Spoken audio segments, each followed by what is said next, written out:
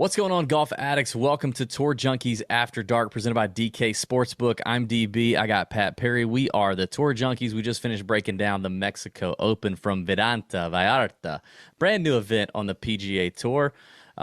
We just finished doing that on our own podcast channel, our own YouTube feed.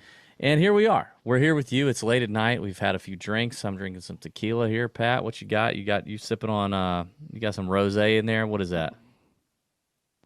Rosé tonight, little wine, little vino. Okay. We've been talking about the Mexico Open, and we're here to talk about our favorite outright bets on DraftKings, maybe some top 20 plays we like as well at the end. It's a brand new golf course. We've gotten some intel from some of our caddy friends already today. It's Monday. We're going to get a lot more. So you're going to want to keep track of what we got going on the tourjunkies.com website, as well as our Discord server. But while you're here at the DraftKings YouTube channel, go ahead and hit the thumbs up button. Give it a like, a subscribe, drop in a comment. Tell us what you think. And let's get to it, Pat. It's a brand new golf course. It's a bomber's course. It really seems like it is. Wide open fairways, very short rough, not a lot of tree trouble. Water on 5, 6, 7 holes maybe. Big greens on the coast, sea level, long par fours, long par fives. This seems like a bomber's paradise. Hit a bunch of drivers off the tee. Who cares if you miss the fairway? Just don't hit it in the water, and then pound greens in regulation and make some putts on this paspalum grass that is on the golf course from tee to green. And let's look at the top of the betting board on DraftKings. It is a pretty ugly field, if you will. Not a lot of big names playing here. Daniel Berger has withdrawn, which leaves Jon Rahm all alone at the top. As of Monday night, he is at plus 350 to win, with probably the shortest number I have ever seen. We've been doing this for 7 years. Now, Tiger, I'm sure in his early 2000s heyday, may have been around that 3-1 number. I don't know that I've ever seen a number this short to win a full field event in a golf tournament.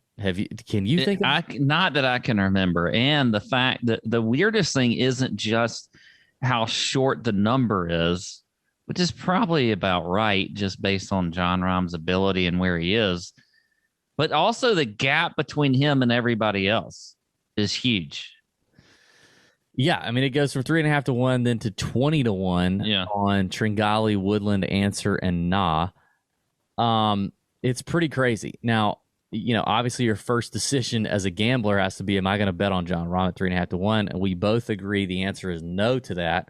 It's still golf, and this is a brand new golf course. The scoring looks to be pretty easy, around 20 under or so is probably going to win this thing. Anytime you have a tournament like that, it's a lot of variance. It's all about, lucky putting or something like that going on. At 3.5 to 1, it's not worth it. You just don't need to do it. Honestly, you don't. Now, that's not to say you don't play him in DFS. Maybe, obviously, his price on DraftKings at 11.3 is interesting. It's a cheap price, I think, for a guy who's 3.5 to 1, and then everybody else is 20 to 1 or longer. But to bet Jon Rahm here is just silly. Like, if you don't bet him and he wins, so what? You missed out on 3.5 to 1. Like, go parlay a couple of NBA games and then shut up, okay? But anyway, I'm not a fan of anybody at 20 to 1 either. I think in terms of DraftKings values, we're both in favor of Tony Finau at 25 to 1, even though Finau's not played well this year.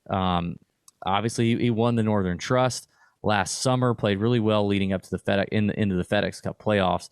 He's not shown a lot, but he's really not shown a lot around the greens is one of the things that he's really sucked at lately, that he's typically in his PGA Tour career been very good at. I don't think around the green play matters whatsoever here, because you're going to have to hit a lot of greens in reg, and they're big greens.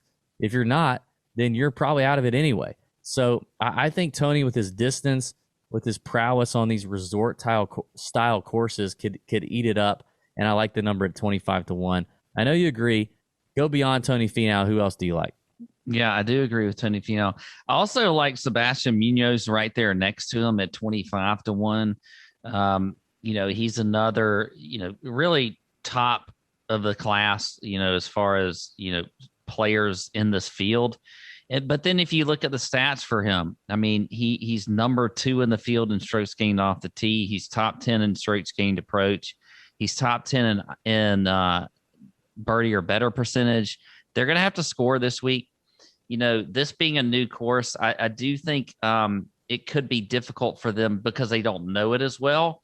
But I don't think it's going to be set up, to be that difficult. And I think they're going to score a lot of birdies. I think somewhere around like 17 or 18 under is going to win this week.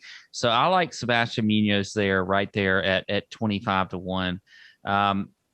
Another guy in this same range that I think is a pretty good play as well, and he's a kind of a seasoned veteran on tour. Actually, he's a little bit longer than that, but Charles Howe is at 60-1. I think that's a good number for a guy who's been on tour for a long time. I think those are the type of guys that can play well here. They've seen it all. Like Charles Howell's made thousands of cuts. He's made all kinds of money. And I think, he's playing well enough recently. We saw him finish top 10, a few weeks ago at the Valero. So right there at 60-1, I like Charles Howell. I almost clicked Charles Howell, and then I was like, no, he's not going to win. But, I hear what you're saying. I like Sahith Theegala at 80-1. He's a young guy, rookie on the PGA Tour. I know you like him. Absolutely. Almost had him his first win on the West Coast swing. Been playing well, hits it a long way. So I like Sahith, and there's value there on that DraftKings line as opposed to other books out there. You can definitely grab some Sahith at a good number. Getting into the triple-digit range, though, I like me a little David Lipsky at 100-1. Real boring name, David Lipsky. Sounds like a CPA, maybe a maybe an insurance salesman, but at 100-1, Lipsky's a good player. He's a worldwide winner. He's won on the European Tour. He's won on the Korn Ferry Tour. He just had a decent week with his partner Aaron Rai at the Zurich Classic, where I believe Lipsky contributed in rounds 1 and 3 to 9 birdies and an eagle in the 4-ball format. Lipsky's a good player at 100-1.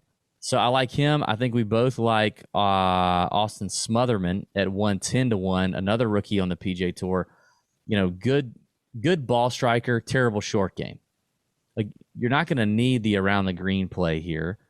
So then it just comes down to putting. And putting on paspalum grass is kind of a coin flip anyway. So I think we get Austin Smotherman, who's hitting it well, who just lacks a little short game, prowess for a week, and he can hit that at any point. I think he's in play at 110-1. Yeah, I like them both. I think if I'm going triple digits, my favorite play here is Windham Clark at 100-1. And if you know what, if you like Windham Clark, but you want a guy who's a little bit shorter, I'm going to go back to a guy like Cameron Champ, who's at 60-1. Both of them are the longest players as far as off the tee on the board here. Cameron Champ had a top 10 finish just a couple of weeks ago at the Masters. But Wyndham Clark's the same, hits it a long way off the tee. They got all kinds of room. They're wide open fairways. They're very long par fours here. So don't even just think about with the longer guys, how well they can play the par fives. Think about these par fours and how long they are. And I think, Wyndham Clark and Cameron Champ both fit the bill for this course. And Wyndham Clark, I like a lot at 100-1. And he has been playing well recently. I mean, he's made his last few cuts, played well at the Zurich with Cameron Tringali. So I think Wyndham Clark there at 100-1 is another good number. And then I sometimes I just profiled some people here. I'm going with longer players, longer hitters, whatever. Sometimes, though, I like to go opposite of that and take a guy that I just think is a very good player who's in good form. Doesn't matter what stat categories they fit. And that's JT Poston is at 130-1, coming off of a very good finish at the Heritage. I just think he could just have a good week. He's a very solid player, tee to green, regardless of how long you have to be out here. Great short game, good putter, just solid all the way around. So I think JT Poston at 130-1 is also a good number.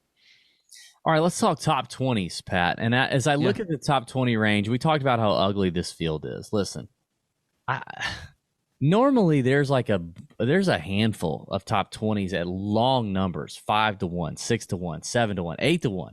And those are long numbers for a top 20. Normally in every week, there's guys I like in that range.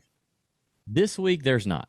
I mean, it's that ugly of a field. The longest I'll go is Thigala at plus 300 as a top 20. I also like Lonto Griffin at plus 275.